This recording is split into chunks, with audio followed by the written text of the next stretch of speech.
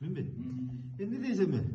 Айылга рахмат, Алла Таала разы болсун. Мисалы адамдардын сүйүү колоо ушул айылдын эмесине мойнуна алып атпай.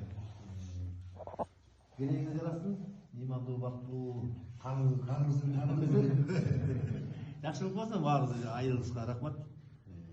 Жакшылык болсун баарыбызга ден соолук. Тилесин Алла Таала. Siz de özünüz sorabilirsiniz. Bismillahirrahmanirrahim.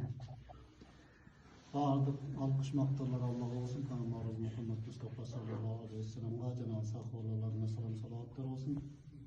Kıskaça aytqanda Peygamber sallallahu aleyhi ve sellem hadisinde aytıladi, qaysi bir jeyinda Allah Taala maqtovlar aytılsa, Peygamberimizga salat aytılsa, ошол жейин кыямат күнү өкүм чыгарылат дейт. Эми бул жерде жакшы бир жейинде отурабыз бир туугандар. Алла разы болсун.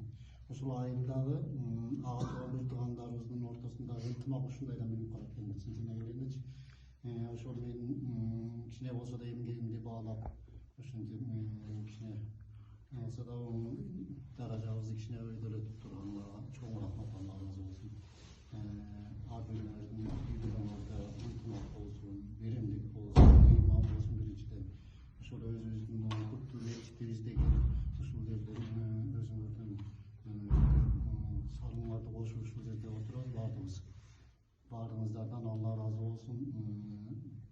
Жашообузда ынтымак болсун, айылыбыз тынч болсун. Кудай Таалам ар бир үй-бүлөгө ыйман берсин, ынтымак берсин.